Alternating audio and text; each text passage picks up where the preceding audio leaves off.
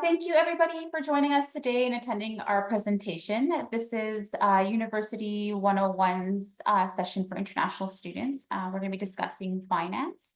We're going to talk a bit who we are in the next slide. So my name is Diana Jamal-Samborski, and I am a regulated Canadian immigration consultant. I work for the International Student Services Office, and I'm an international student specialist. And so what that means is that I'm authorized in law to be able to advise international students coming into the University of Calgary on immigration matters. I also sit on the Immigration Advisory Committee with the Canadian Bureau of International Education. I'm going to turn it over to my colleague, Chloe, to introduce herself. Hello, everyone. My name is Chloe, and I am the International Student Financial Advisor at the University of Calgary, and I work for the Office of a Registrar. I take care to any of your inquiries regarding how to read your student center or how to access any information on the back end. When something is not working on your student center regarding your fees, your registration, your student record or financial aid, you come to enrollment services. We'll talk a little bit more about this in the next slides. All right, so a bit of etiquette for today's session. We ask that questions be dropped into the Q&A tab that you'll find in Zoom. Questions that are placed into the chat won't be answered. After today's presentations, if you have additional questions that were not answered, we encourage you to access the resources on both the Enrollment Services website along with the International Student Services website prior to connecting with our offices. You can also find a wealth of information on the pre-arrival program, which I'll be talking about here in the next slide. What we're going to be talking about is the pre-arrival program and the wealth of information that is found there. The notes function in Zoom has been enabled, so feel free to take notes so that you can retain some of the information from today's session. All right, so before we get into the session, we do want to launch a poll. This really helps us out in being able to understand the baseline for all students that are attending today's session. So if you could just take a few seconds, there's a total of 4 questions to answer our poll, it would be very useful.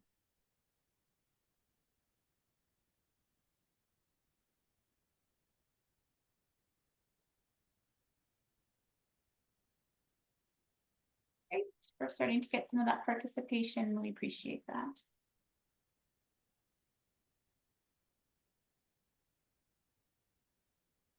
We're about almost 50% participation. We'll just give it a few more seconds for folks to participate.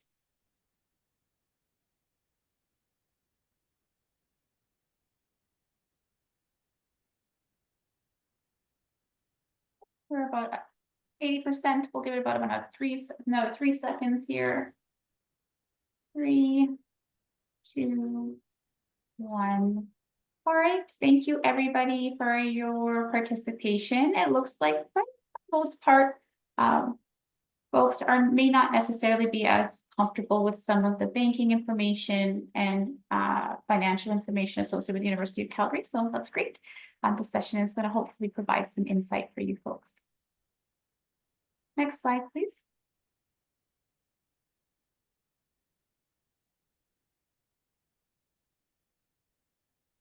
Thank you. All right, so by the end of today's session, you should learn about the different methods, payment methods that are offered at the University of Calgary for international students when it comes to paying your tuition, your service fee, your general fees, along with your housing costs if you're going to be staying on campus. You're going to learn about how to access your payment receipts. Those are important as an international student, particularly for those students who are outside of Canada and looking to come to Canada. You're going to need those documents when you arrive, and we'll talk more about that in today's presentation. Payment receipts are also a key document in any study permit application. So whether you're in Canada or you're an outside of Canada applicant who's made a study permit application, those payment receipts are going to be important. so it's important information for you to know how to access it. Your confirmation of registration letter will talk about more about what that document is and when you need it. How to access and your term account summary and how to understand the information that's located there. You're going to learn how to submit a service request to change or update your resident status, and we'll talk about that more and what that looks like. We're going to learn also about payment plans and third-party sponsorships, along with what options are available for international students when it comes to scholarships and bursaries at the University of Calgary. So I want to first start off by acknowledging that the University of Calgary is located in the heart of southern Alberta. We both acknowledge and pay tribute to the traditional territories of the people of Treaty 7, which include the Blackfoot Confederacy, comprised of the Siksika, the Piikani, and the Kainai First Nation, the Tsuut'ina First Nation, and the Stoney Nakoda, including Chiniki, Bearspaw, and Goodstoney First Nations. The city of Calgary is also home to the Métis Nation of Alberta, District 5 and 6. All right. As international students, you will automatically be enrolled in the pre-arrival program located on the Desire to Learn platform, otherwise referred to as the D2L. Now, the Desire to Learn program, the D2L, is something that you're going to be using throughout your entire studies at the University of Calgary. You're going to find your course materials on the D2L. And on the D2L, you're going to find a program called the Pre-Arrival Program, and this is designed for international students joining the University of Calgary. In the program, you're going to find a wealth of information when it comes to immigration and settlement, along with housing. There's also a roommate finder forum if you're looking to find a roommate, and you're going to find past recordings of presentations and international student orientation sessions. In order to access the pre-arrival program, you do need to register your UCalgary IT account. So you should have a UCalgary email. And you do need to be registered in at least a single course, so one course. Now, if you're a thesis-based student, such as our master's and graduate thesis-based students, you are enrolled in a course, and you would still be able to access the pre-arrival D2L program. For our course-based students, you do need to be registered in at least one course to be able to access the program. And registration for courses opened up for our incoming students back in May, and for our open study students, it opens up in July. You don't need to worry about registering for this program. You'll be automatically loaded into the program and notified once you have access to the program. It should be you should be receiving access shortly in the next couple of weeks here.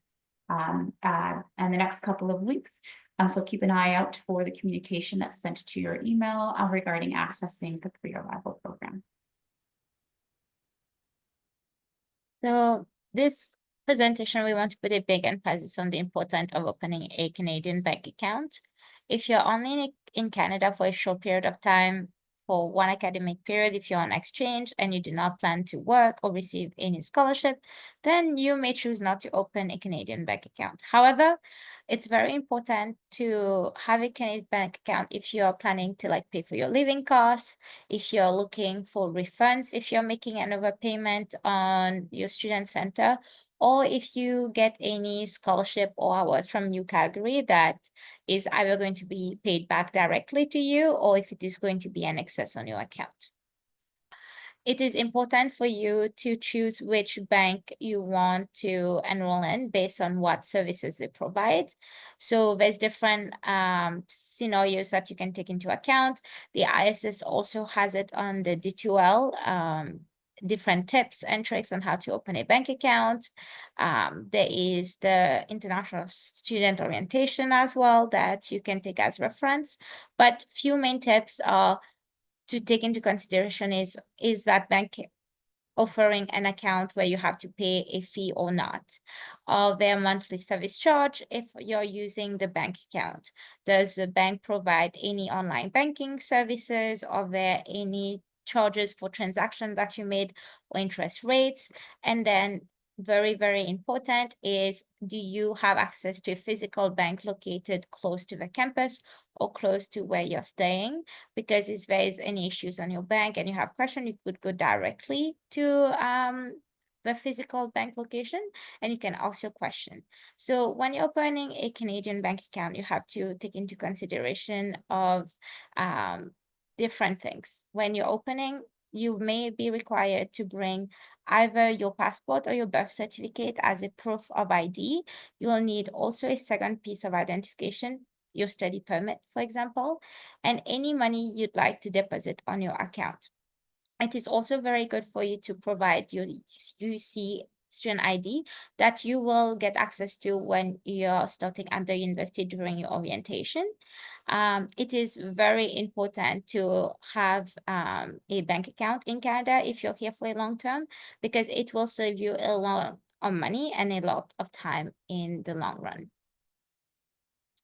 So the first step is, how do you pay your fees from a Canadian bank account? There's different bank account here in Canada. You could open an account with CIBC, with TD, RBC, Scotiabank, BMO, ATB. There's different bank. So Canadian online banking, we refer this as all the different banks available in Canada. So bank-to-bank transfer with any one of the Canadian bank, you won't have any cost to it if you do bank-to-bank through your app. It takes usually 3 to 5 business days for it to be processed. What do we mean by processing time? It is the time that the fund get transferred from the bank to the university. From there, the university, the finance department is going to clear your account, receive it, and then deposit it. We do not accept any initiation of payment or proof of initiation of payment as method of payment. The fund has to be received by UCalgary and finance has to clear it for it to be counted as received and paid. If you do not have a Canadian bank account and you want to use a credit card, you using CIBC Student Pay, or if you use any Canadian credit card, you will have to pay a convenience fee of 2.5%, and it is the shortest time for the processing time. If you pay with credit card, it will process faster than if you do bank to bank. However, you will have to pay with 2.5% for convenience fee. We also have the electronic fund transfer, EFT. It's with anyone, again, with a Canadian bank account. And now you also have to pay 0.5% for a processing fee, and it takes 4 to 5 business days. So why do we encourage everyone to open a Canadian bank account is, if you do bank-to-bank transfer, you won't have to pay any transaction fee or processing fee, and it still takes 3 to 5 business days, which is still not that long. So you have to take this into consideration when you're looking at when are the fees due and when are you initiating your payments. It is also very important for you to make the difference between UCalgary tuition and general fees and UCalgary residence account. So if you can see on the presentation, when you're searching to pay your fees, you will have to search the word University of Calgary. And if you're trying to pay your tuition and general fees, you'll have to choose University of Calgary tuition fees. If you're looking to pay the residence fees, it's going to be UCalgary residence fees. It's 2 separate accounts. You pay your residence separate from when you're paying your general fees and your tuition fees. You can find more information on ucalgary.ca, registrar, finance, tuition, and fees, how to pay your fees. There are different methods for international students. So if you do not have a Canadian bank account, you can still pay your fees for Convera Global Pay or CIBC Student Pay. So many students has this question: do you give wire details? Do you give us any SWIFT codes? How can I make my transfer? When you make your payment through Convera Global Pay or CIBC Student Pay, they will give you the SWIFT code when you're starting your payment there, and then you'll be able to provide it to the bank. But again, those are the 2 other methods that we have for international. It's only CIBC Student Pay and Convera Global Pay. When you will go on the website, ucagri.ca registrar tuition fees, how to pay your fees, you will be able to access CIBC Student Pay and Canberra Global Pay. So again, using those services does have a cost associated to it. You have exchange rate costs or service fee. It takes also up to 2 weeks for the fund to be moved from that account to the university. And again, from there, the university is going to clear your fees. So you have to take into account up to 2 or 3 weeks for it to be processed if you're using CIBC Student Pay. For Bankwire, for credit card, again, it's faster, but you will have to pay the convenience fee of 2.5%. If you're using Canberra Global Pay, it may charge you the exchange rate and it can take up to 2 to 3 weeks.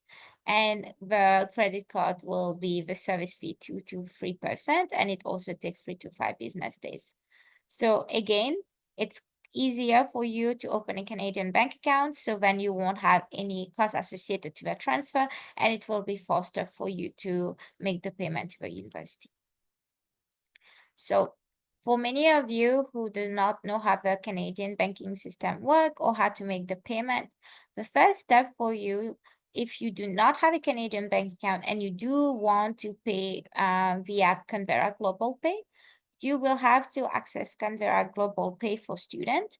You will choose the item you wish to pay. For example, if you want to pay for tuition, you will use UCalgary Tuition as what you're wishing to pay for. You will select the country where the payment is coming from, and you will select the method of payment if you're doing bank-to-bank transfer, credit card, etc. And you will add the payer details to complete the payment. So the payer details is the person who's making the payment to the university. Again, note that it can take at least 2 weeks for the payment to be received by the university, and credit card usually take 3 to 5 business days. If you do not have a Canadian bank account and you do want to use CIBC Student Pay, you can access CIBC Student Pay online. And again, you'll select what you're wishing to pay for.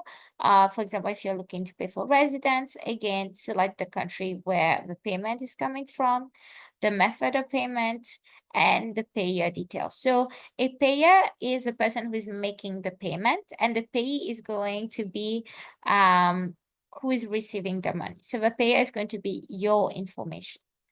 Again, it takes at least 2 weeks for the transaction to be processed, and then the investor will clear your balance when they receive the funds. Credit card is faster, but there is an actual cost associated to the credit card transaction.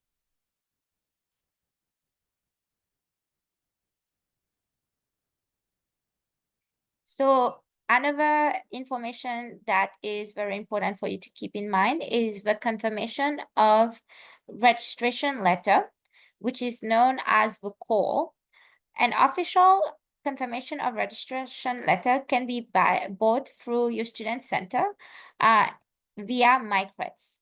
You use the COR to confirm your registration, your program of study, the academic standing, the course load, and the assessment fee that you are being charged. And you use it for different purposes, for student loan, for study permit, third-party sponsorship. So usually the COR look like this image on the screen. You will see that it has the official letterhead of the University of Calgary. It will say this letter confirms the enrollment for the following student. So there will be your name, your student ID. You could ask 2 different kind of COR. You could ask a confirmation of registration letter with only the details of your program and no tuition details mentioned in the letter. Or you could ask for a confirmation of registration letter with the tuition details indicated on the letter as well. And you'll have to purchase it via MyCreds, and there's a cost associated to it. How do you access the confirmation of registration? you have to access through My U of C. So don't go directly to the MyCredits website. You have to log in into your My U of C account first. Then you'll click on Program and Advising Info, and you'll click on Confirmation of Registration. We do have a how-to guide on the link below. I will put it in the chat as well later, and you can learn more how to request the different document. And also we do have a website to tell you what is a confirmation of enrollment and who needs it, and what are the free alternatives, because some people want to use free alternatives instead of paying for the letter. So you'll see which circumstance you actually need to buy the letter and which one you actually don't need to, and you have alternatives which are free. From a Canadian immigration perspective, when it comes to your confirmation of registration letter, your fees must be included. So selecting the confirmation of registration letter, commonly referred to as your COR, at the University of Calgary, can result in some negative outcomes in an immigration application and some additional questions by an officer on entry to Canada. So from an immigration standpoint, you will always be selecting the confirmation of registration letter with fees. Now, if you select the one without fees and you're attempting to use it for a Canadian immigration application, our office is going to communicate with you that you need to be generating the one with fees. Now, as Chloe had mentioned, there is a fee associated with generating your confirmation of registration letter. So it is in your best interest to generate the one with the fees so that you're saving yourself a couple bucks by saving yourself some money without having to generate two separate letters at two separate costs. Yes, and if you have question, such as we have different question from students that are related to what if I drop a course or if I add a course, what will happen? When you will refresh it, it will update the letter for you. You have access to this letter for 3 months. So you will be able to refresh it and it will update automatically. It's just that what Diana mentioned is one will have the fees and one won't have the fees. So it will be two separate letters, but you won't have to buy a new letter every single time that you are updating your student courses, or if you're dropping or adding courses, it will be regenerated automatically. Within the validity period, exactly. Yes. So this confirmation of registration letter is something that students are going to be accessing throughout their time in Canada and prior to arrival to Canada. The COR is needed at the time of arrival. I'll be talking about in the next couple of presentation slides, but it's also going to be required in the future should you need to make a study permit extension, which is more often than not the case for international students. When you're looking at making a study permit extension application, your confirmation of registration letter is going to be used in that application. And you will again need to make sure the fees are being listed. So familiarizing yourself with the confirmation of registration letter is going to be important in how to access it, because you're going to be using it throughout your time while you're in Canada. Okay. When it comes to coming into Canada, the documents that you're going to be needing on arrival is your study permit approval letter, if it is required.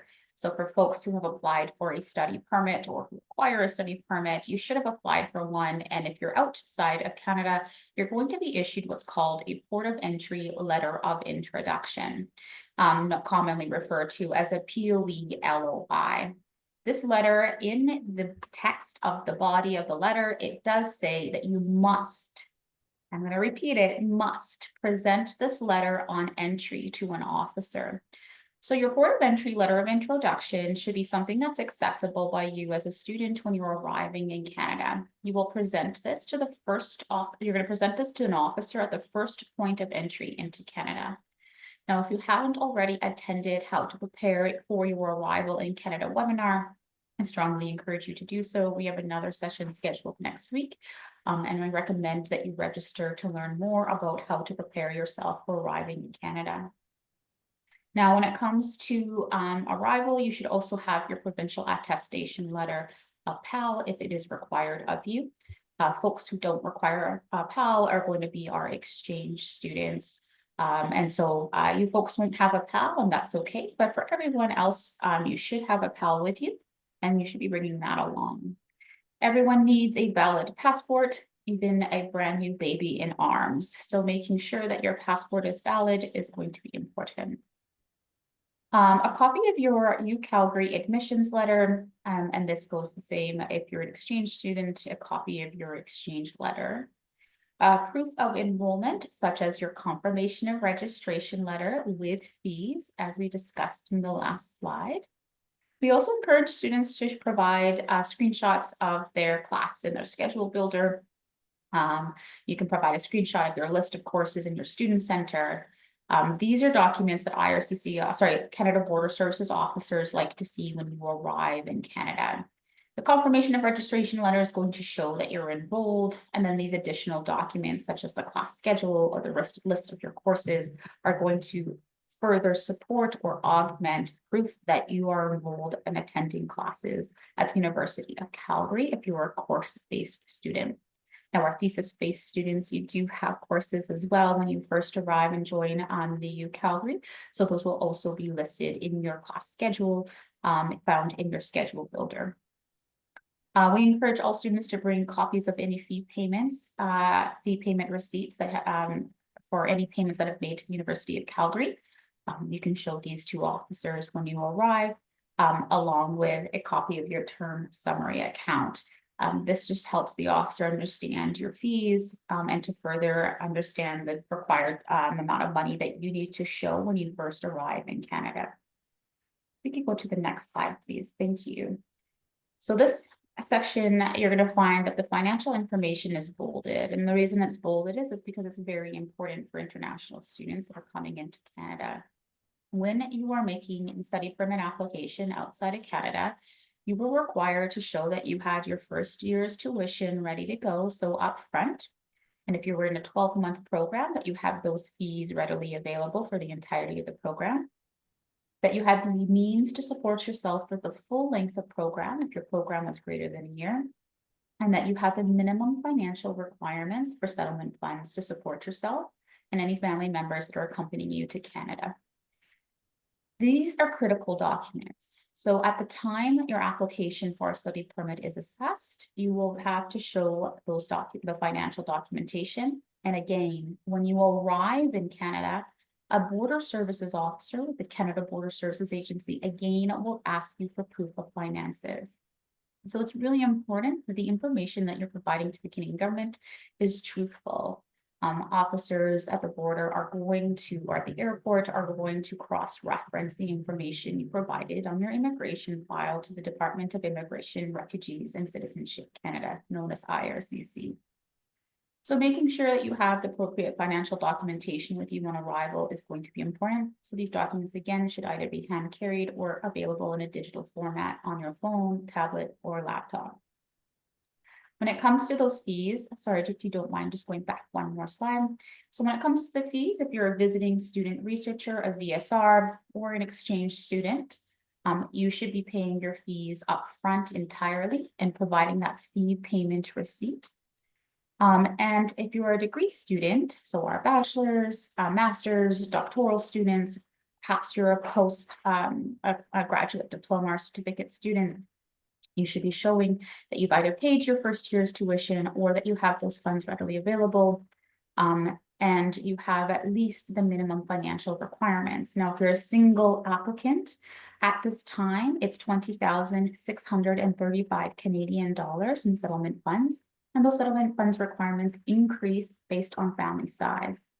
Now, it's critical that all students know that as of September 1st, the fees are increasing. And so financial requirements for IRCC is increasing.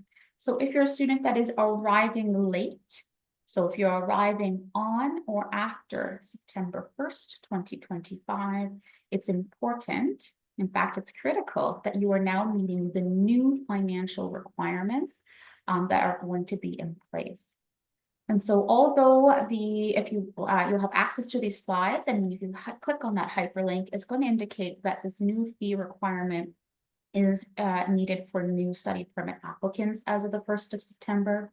We often find that border services officers with the Canada Border Services Agency will actually implement the financial requirement on arrival.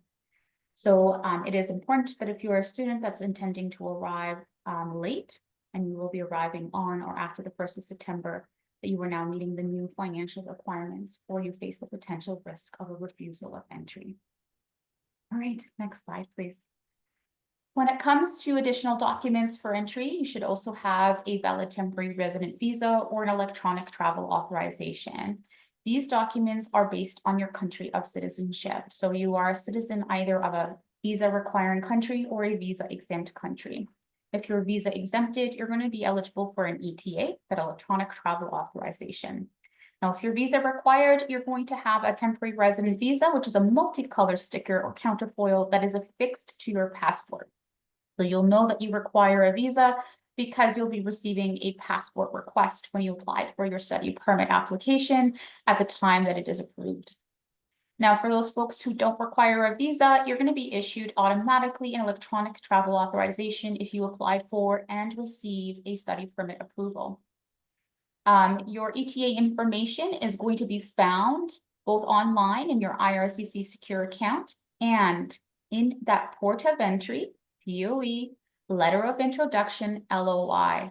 So that POE LOI letter, known as your approval letter, you're going to also find your ETA information.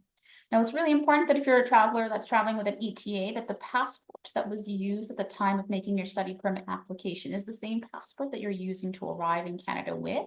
And that's because your ETA is tied to your passport. If you change your passport, you're going to have to obtain a new ETA. Now, our exchange students, if you do not require a study permit because you're coming to Canada for less than 6 months, you may need to apply for a temporary resident visa or an electronic travel authorization based on your country of citizenship. Now, our friends, the US citizens, our friends, the Americans, and US green card holders are exempted from both a temporary resident visa and ETA. However, you do require valid US passport and or valid US green card. Now, for folks who are coming from a medically designated country or engage in a program that has work integrated learning requirements in a medical setting, such as our nursing and education students, you do require a valid immigration medical at the time of arrival in Canada.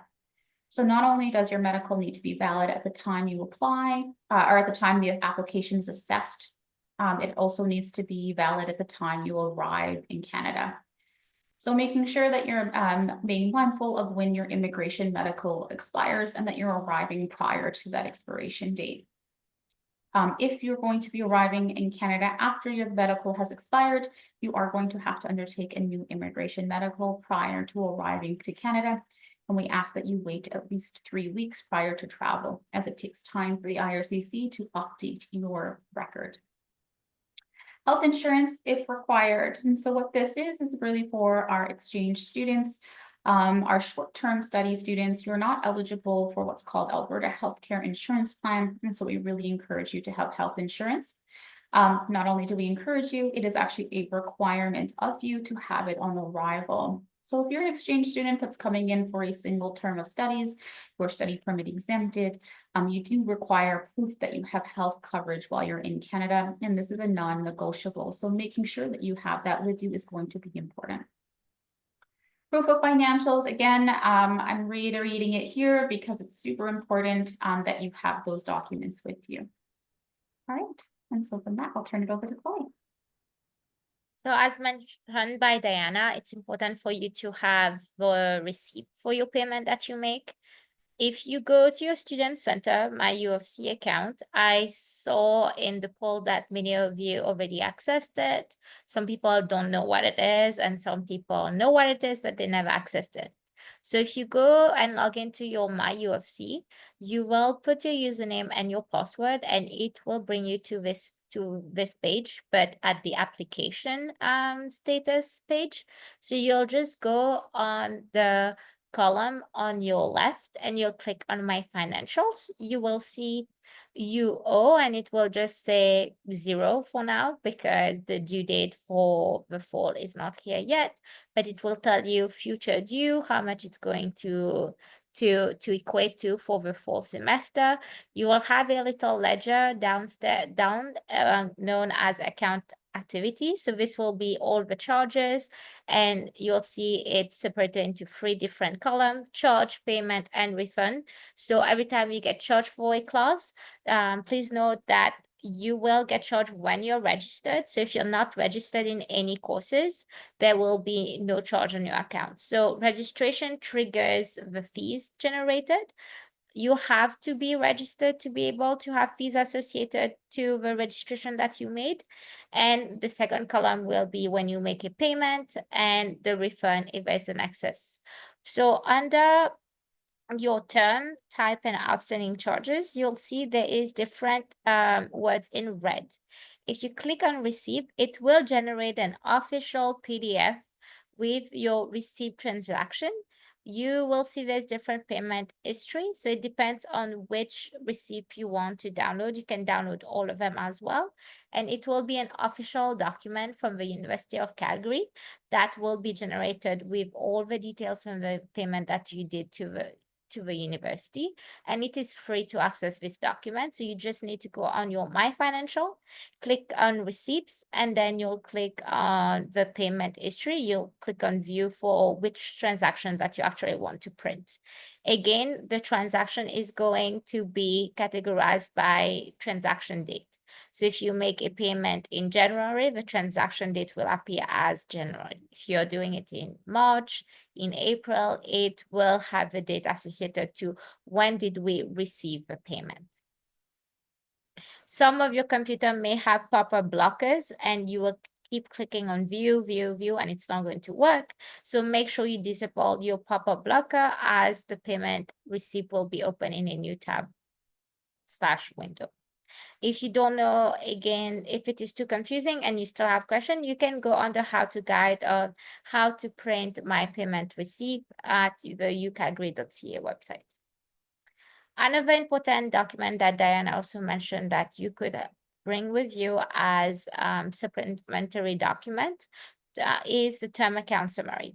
It is important to understand your term account summary, not only for immigration, but for your own knowledge as well, because there's a lot of students that come to our office and have question of why have I been charged this?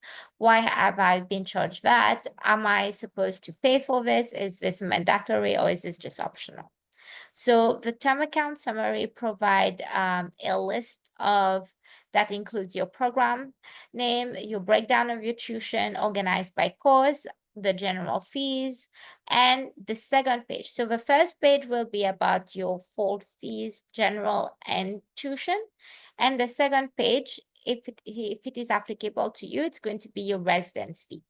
I will remind all of you again, you pay your residence fee separate from paying your tuition and general fees. Tuition and general fees goes together for the payment, and residence fee go separate in a completely separate account. So the term account summary is here for you to understand what are those charges and what are you paying for. So for the tuition, it will tell you how many courses you're taking and how much courses are each of those courses. How much does it cost for each of the course that you're signed up for. Again, it will tell you what all the general fee entails and what you're paying for. And if you do have a payment plan, it will be organized under summary of your charge and credit organized by due date. So this gives you a list to understand more what are you charged for and what it is about. Again, if you do drop a course or add a course, it will automatically refresh. What other good news is that what is a residency data? A residency data determine if you as a student have to pay domestic fee or if you as a student have to pay an international fee.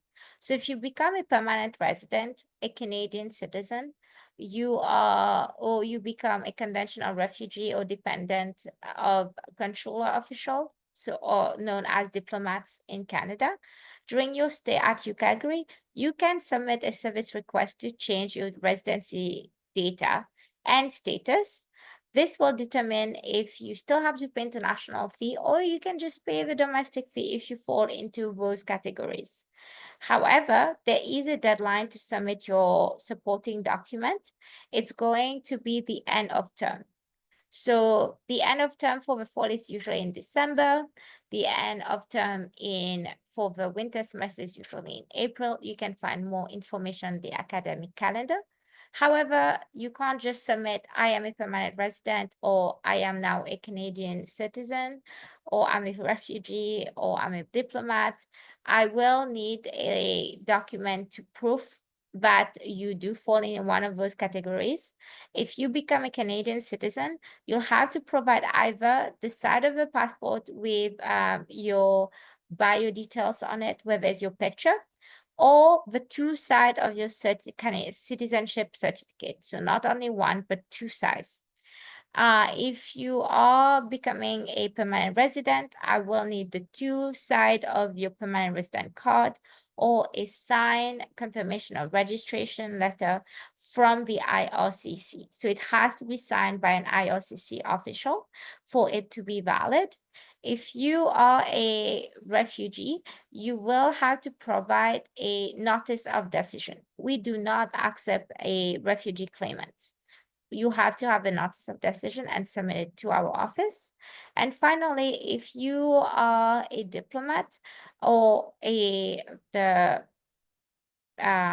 one of the children of a diplomat, you will have to provide two pieces of information for us to change your status. It will be either your passport and the official letter from the head of a diplomatic station, or your diplomatic status card, and again, the official letter from the diplomatic station. You can find more details on how to provide those information through service requests in our how-to guide, or on the website, what is the acceptable document and the important due date. I retroactively changed the fees for the student who submit the document on time. So if you submit your document before the deadline for the fall, then your fees for the fall are going to be changed to the domestic rate. If you are doing it after the deadline, then it will be changed for the winter. Please note that for diplomatic students, you get the domestic fee only for the time that that diplomatic status is valid for. And we recognize only 4 different kinds of status. So you could be Canadian citizen, permanent resident, or you could have student visa. Your status won't reflect diplomat or refugee. You will have a domestic fee, but the status will still show as international for refugee and for the diplomats. It is important for you to make the payment on time because late payment has different repercussion. Right now, the fall 2025, the deadline for you to make the payment is going to be September 19th. And for the winter 2026, you have until January 30th to make the payment.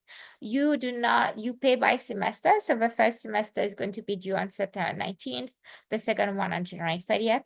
However, Diana did mention that it is important for you to be able to pay your whole first year tuition to help you with immigration and help you in general, because then you won't have any issues during the school year to think, oh, did I pay for it? Did I not pay for it yet?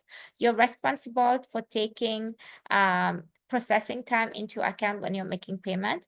We keep reminding the student again and again, the different payment method that you use will have different processing time and different fee associated to it.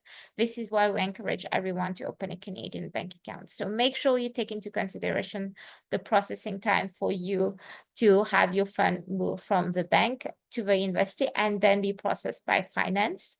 You should also ensure that the payment are received by the relevant term to avoid late interest and hold. Make sure that you are putting the right ID and the right name when you're making the payment so it does not get lost. If we have to retrace a lost payment, it can take 4 to 6 weeks. So it's very important for you to make sure you send the fund to the right bank account. If your fees are not fully paid by the deadline, there are financial consequences and administrative consequences, such as a hold on your account and late interest. The holds will prevent access to services, such as adding clauses, and it will also prevent you from accessing your transcript. And you be sent to collection if you did not, we don't receive a payment 121 plus days.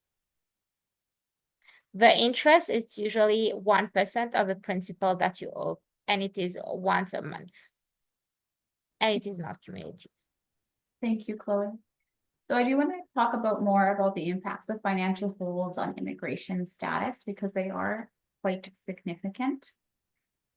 If you are subject of a financial hold, it may prevent, as Chloe has mentioned, it may prevent an international student from obtaining key institutional documents, such as that confirmation of registration letter that we were talking about earlier in today's presentation. That confirmation of registration letter is going to be a critical document in being able to apply for a study permit extension. A hold can also prevent you from accessing your letter of completion. Now, the letter of completion can come in the form of a confirmation of credential letter or program completion letter.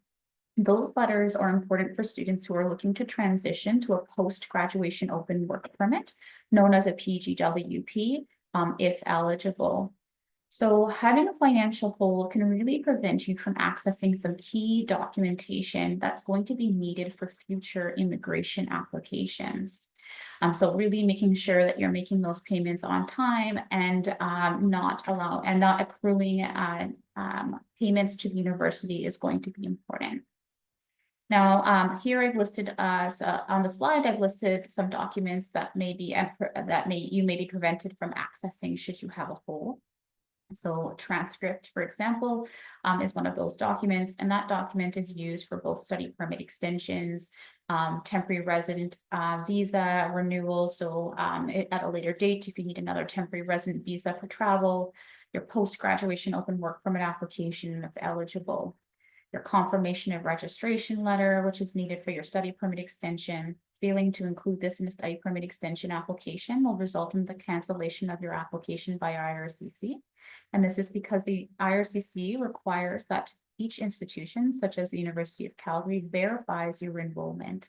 And the only letter that the University of Calgary will verify is your confirmation of registration letter. So again, not having those holds are going to be important. And then from there, the confirmation of credential letter or letter of completion or program completion letter is going to be important for students that are looking to apply for that post-graduation open work permit. So really having no holds on your account is going to be important. Now we're going to look at some additional consequences associated with holds in the next slide.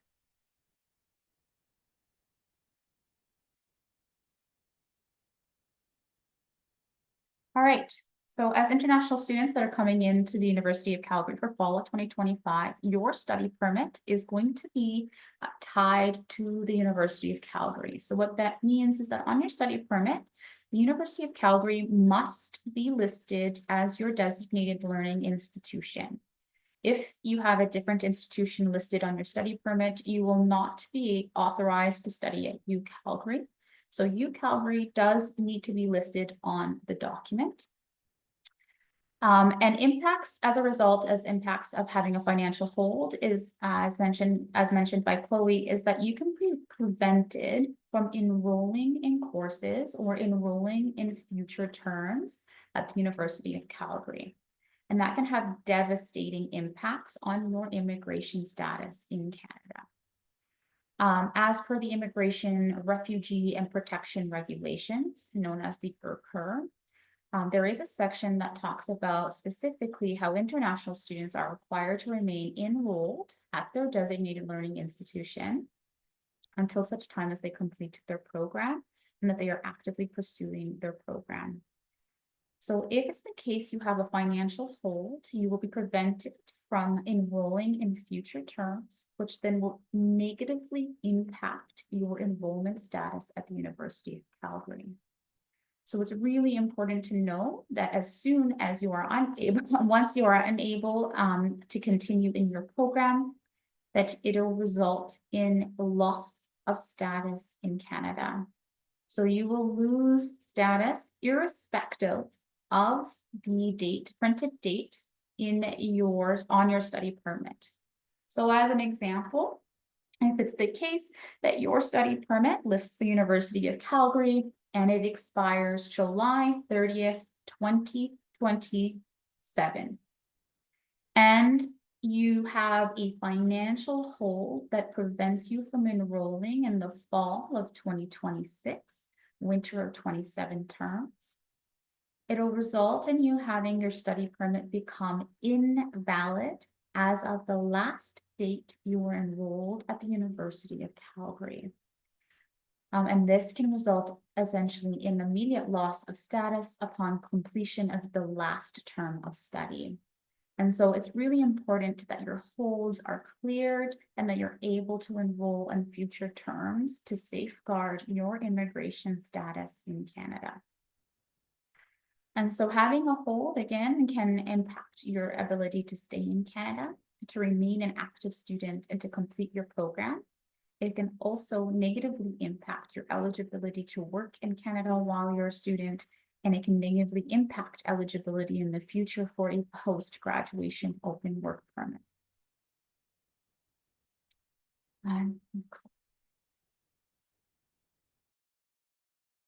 So another method of payment is going to be a payment plan. It is a tool for students to make payments at the university. You can use a payment plan only for tuition and general fees to be paid in installment. If you want to use a payment plan for your residence fee, you'll have to contact residents. This method, this tool for payment is going to be only for tuition and general fees. Again, tuition fees and general fees are separate from residence fees. If you are looking to apply for a payment plan, you have to have a minimum tuition of $500 in the fall and winter independently. So $500 minimum tuition fee due in the fall, $500 minimum fee due in the winter. You will have to pay an administrative fee if you're deciding to enroll in a payment plan in the fall. $40 of administrative fee if you're looking to pay for a payment plan in the winter. If you're trying to enroll in a payment plan in the spring or summer, it is going to be a $20 administration fee for each payment plan, and you will have to have at least a minimum of 250 tuition amount. Thesis-based students are exempted to pay the administration fee. So what does the payment plan do? For example, if you owe $3,000, instead of having to pay the $3,000 in one go, you will have to pay $1,040 in your first installment, $1,000 and $1,000. So it's broken down into 3 different equal installments, and the admin fee is added to the first installment that you have to pay. You have to add yourself in a payment plan in each term. You can't enroll in a payment plan for a whole full year or like for 2 years or for 4 years. You'll have to apply in the fall, and then you have to apply again in the winter, again in the spring, again in the summer if you want to. Again, it's important for you to have no holds on your account and or 0 fees, because if you owe fees and you have a hold on your account, you will not be able to access a payment plan. I did get a lot of inquiries saying, could you please make it manual for me so I can pay my fees? Payment plan is an automatic method, so you will have to be able to have cleared all your fees and owe nothing and have no holds for you to be able to be enrolled by the system online. So if you're thinking about enrolling in a payment plan in the fall semester, The enrollment for you to be able to have access to a payment plan is going to be on August 1st. You'll have to go on your student center and decide to enroll or not. You have until September 19th, which is also the deadline to pay the tuition, which is going to be the last day to be able to enroll in a payment plan. Remember that if you are in a payment plan, you can't cancel it. You cannot get out of it. You can pay all of the fees in one go, but the $40 is not going to be refundable. So it's important for you, if you have question on how to access a payment plan and how to apply for it, you will go on your My Student Center. It will go onto My Financial, and under your My Financial, you will click on payment plans and you'll be able to enroll in your payment plan in that way. We do have a how-to guide as well on how to enroll in a payment plan. Another method of payment that students use is a third-party sponsorship. Third-party sponsorship of tuition and fees paid in a whole or partially by third party with minimal exclusion. So you'll follow different steps to apply for a third-party sponsorship. Sponsors can only be governmental agencies, company, First Nation group, etc. It cannot be your parents. It cannot be a family member. It has to be a third party. So any agencies, a work or anything, but it cannot be your parents. It cannot be your aunt, your uncle, or anything in your family. So individual parents, other relatives are not eligible to act as sponsors. The providers, only external agencies are accepted as sponsor. So if you do have someone, an agency, government agency, a company that is willing to sponsor you, you will have to provide a sponsorship letter. If you're drafting a sponsorship letter, you will have to write the following in it. You'll have to have a company name in the letterhead. They will have to include your student name and student ID from UCalgary that you already might have already received or will receive soon. It will have to clearly state what term the sponsorship covers. So for example, if it is for fall 2025, it is only for winter 25, it has to be written on that letter. It also have to outline in detail which fees will be covered or excluded for the sponsorship. So if the sponsor decide to pay for all of your tuition, it has to be written on the letter. If they want to pay only your tuition fees and no general fees, it has to also be written on that sponsorship letter. The second step is going to upload that sponsorship letter through the application, for an application each term in your service request in your student center. The deadline for you to submit a service request to have a sponsor is going to be before the term fee deadline, which is September 19th for 2025. The University of Calgary Finance Team will then send an invoice to your sponsor and monitor the status of a payment for the sponsorship. You can monitor the status of a payment for a sponsorship link, again, found in your My Financial. So then you'll be able to see, did your sponsor already made the payment or not? Any third-party sponsorship that has been submitted late will be subjected in a delay in processing time, and any late interest or holds will be assessed on the student behalf. You're responsible for any interest or hold associated to your account if there's a late submission of the third-party sponsorship application, or if your sponsor did not make the payment on time. Again, you can find more information on the university.ca registrar finance third-party sponsorship. We do have a sponsorship letter template that you can follow, and we also have a how-to guide to how to submit a service request for third-party sponsorship. This is what an example of a sponsorship letter looks like. So you see there is the name of the company at the top. There's the name of the student, the program, the student ID, which period of the company deciding to sponsor the student, what is the email, what is the amount. So again, student name, program name, student ID, the term, the email, the exclusion details. So if they said, I am not paying for this, that has to be in the exclusion details. And then the address of a sponsor in the letterhead. Again, important, family members / parents cannot be sponsor, and individual also cannot be your sponsor. We do have different scholarship and awards for international students, but we do like to remind students that they are limited international scholarship and international awards. So it's important for you to have a strong financial plan when you're thinking about studying abroad. If you are looking to apply for a scholarship, you can go on search for awards and then just filter the different categories. So what's your citizenship, what's your faculty, what year you're entering, and what are some specific criteria, and you just need to click on filter. It will give you all the different scholarship that you could apply to, and also give you the details on what is required in the application. You do also have a scholarship area in your My Strength Center when you're in your My Strength Center portal, and you can apply for all the scholarship in one go as well in that section. Again, we do have a different links for the search of the awards and the how-to guide. Refunds have been very, very much a big talk this year. Refunds are from overpayments. So if you see a minus in front of any amount on your Strength Center, you do not owe this amount. It's the university that has it in excess. You could do two things. You could either wait and let the money carry forward to the next charges on your account. So if you decide to go on a trip, as exchange, if you want to join the summer and spring courses, or if you just want and wait and use that money for the next fall, you could do that as well.